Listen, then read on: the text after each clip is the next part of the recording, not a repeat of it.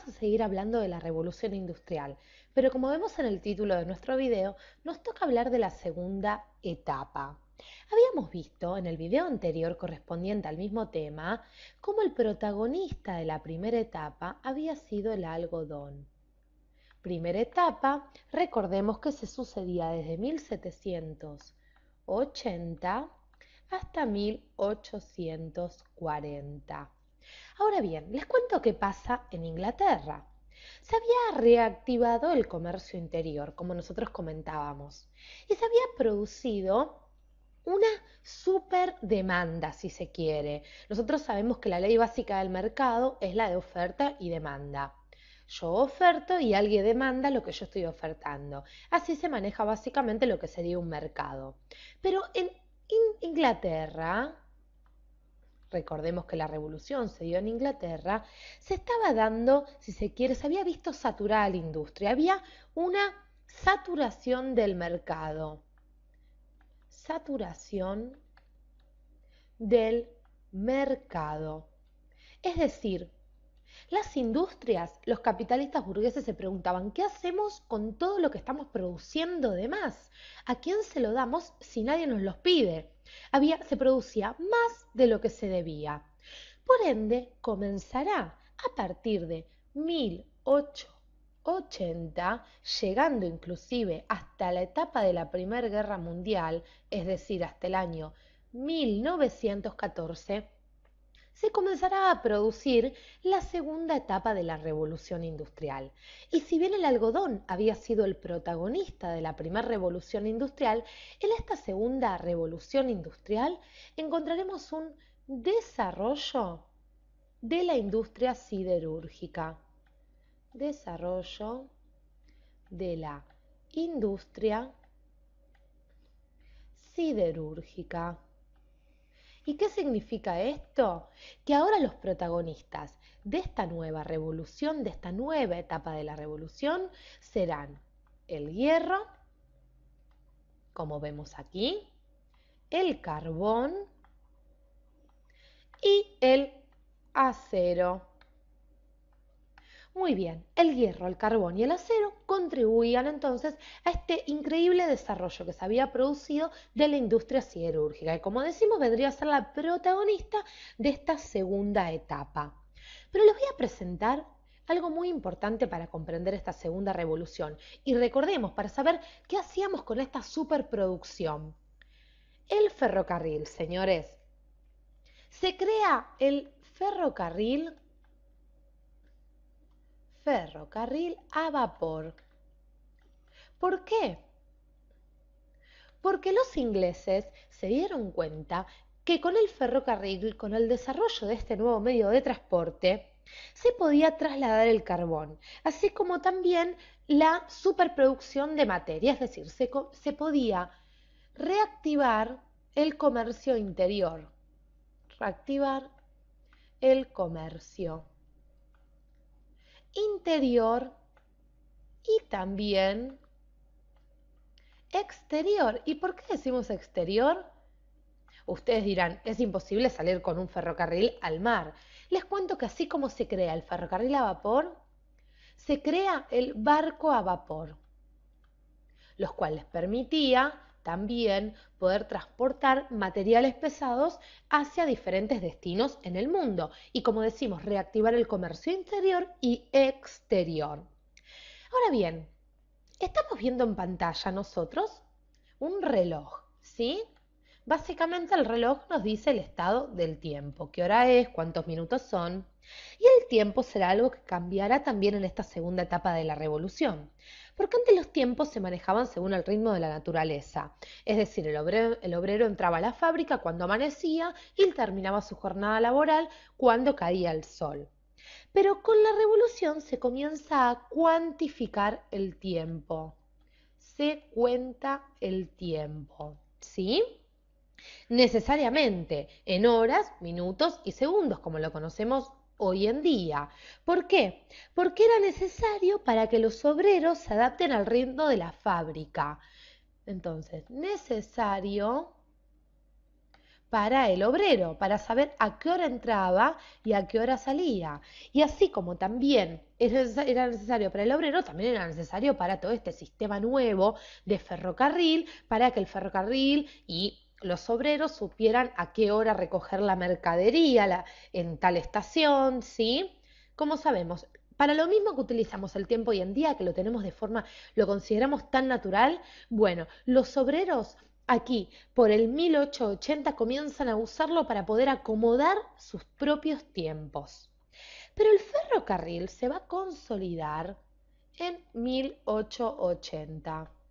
Se consolida en 1880, llegando a su máximo desarrollo en el siglo XX, ¿sí? A partir del 1900, de donde aparece también el telégrafo. El ferrocarril también se consideraba una nueva forma de inversión, ¿no? Porque si nosotros decimos que se utilizaba para el comercio exterior, una nueva forma de inversión. Entonces, por ejemplo, los ingleses invertían en capital extranjero. Y aparecerán también a nivel mundial las inversiones a nivel mundial, así como también los préstamos y también, señores, las guerras. ¿Por qué las guerras? Porque toda guerra produce, si se quiere, la caída o la destrucción de un territorio. Entonces, las guerras permiten, y lo permitieron desde siempre, que luego de que finalicen se reactive la economía de esa ciudad que fue destruida, porque se reactiva el comercio, se reactiva el mercado, porque, por ejemplo, se necesita hierro, carbón, cemento, piedra para volver a levantar un territorio destruido. Entonces, una vez terminada una guerra, el negocio de la construcción se activaba. El transporte, volvamos al transporte, se va a extender, ramificar, generando empleo y estímulo para la industria siderúrgica, ¿sí? Casi todos los ferrocarriles se llegaban o se llevaban a otras partes del mundo y eran de fabricación inglesa. La fábrica principal de ferrocarriles estaba en Inglaterra. Paralelamente, ahora sí hagamos un espacio en nuestra pantalla, se va a empezar a consolidar, se consolida las diferentes o se genera la consolidación de otros países. Se consolida el desarrollo, pongamos mejor, de otros países, como pueden ser de otros países, como lo fueron Estados Unidos, Alemania y, por supuesto, Inglaterra, que estaban a la par de esta revolución industrial. Ahora bien, les cuento un poquito qué va a pasar. Se va a comenzar a expandir el capital. A la vez que se consolidan estos países, el capital se empieza a expandir. Se expande el capital. Y ustedes se preguntarán, pero ¿a qué nos referimos cuando decimos que se expande el capital? Bueno, se empiezan a crear empresas y fábricas en lugares remotos. Muchos burgueses comienzan a vivir de las inversiones o de la bolsa. Es decir, se ganaba plata con la producción en sí. Se expande el capital a lugares remotos. Los burgueses ponían, no sé, una industria en una colonia que tenían en África, ¿sí? En una colonia inglesa, no sé, en África. Entonces, empezaban a generar más y más ganancias y así la burguesía se iba consolidando. La burguesía se consolida, ¿sí? Esto es muy importante, porque comienza a ganar prestigio esta burguesía en pos de este capital que acumulaba, y no por su linaje como pasaba con, por ejemplo, el linaje del antiguo régimen. O sea, vos ascendías en tu posición social por el capital que tenías. El dinero comienza a construir el prestigio social. Construye el prestigio social. Cuanto más dinero tenés, más sos. Esa era la premisa básica de esta burguesía capitalista. La figura de los primeros industriales se va a consolidar y ahora centrémonos en los obreros, porque toda fábrica necesita de obreros. Y estos primeros industriales, estos burgueses capitalistas, explotaban a los obreros. Es decir, las primeras figuras de estos primeros industriales se consolidaban por medio de este sistema de explotación. Una vez que el industrial se llenaba de plata, aflojaba con esta explotación. Se comienza a pensar al obrero, ¿sí?, como un consumidor. El obrero era un consumidor, es decir, lo que ganaba lo gastaba. Y por eso se pagaba el mínimo para que los obreros tuvieran la necesidad de ir a gastarlo, de ir a trabajar. Se le pagaba el mínimo porque cuando el obrero cobraba se pensaba que iba y se gastaba todo el dinero. Entonces, una vez que se lo gastaba, como era un consumidor nato, tenía que volver a trabajar para volver a acumular dinero. En esta segunda etapa de la revolución, si se pensaba el obrero como un consumidor, los burgueses se iban consolidando por esto mismo. Es decir, se le pagaba al obrero para que éste lo gastara y este dinero obviamente le volvía nuevamente al jefe, es decir, al burgués capitalista. Miren qué sistema rebuscado. Pero como toda revolución, como todo proceso, va a entrar en decadencia. La segunda etapa llega a su punto de crisis en 1876 hasta 1896.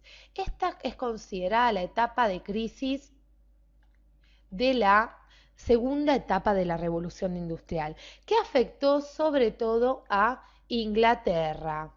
Sobre todo porque había una burguesía que se aprovechaba de los obreros, porque aparecen los sindicatos para defender a los obreros y se produce una inestabilidad económica.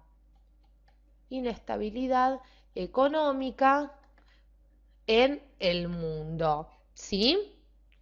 Ahora, ¿quiénes van a pasar a ser las potencias?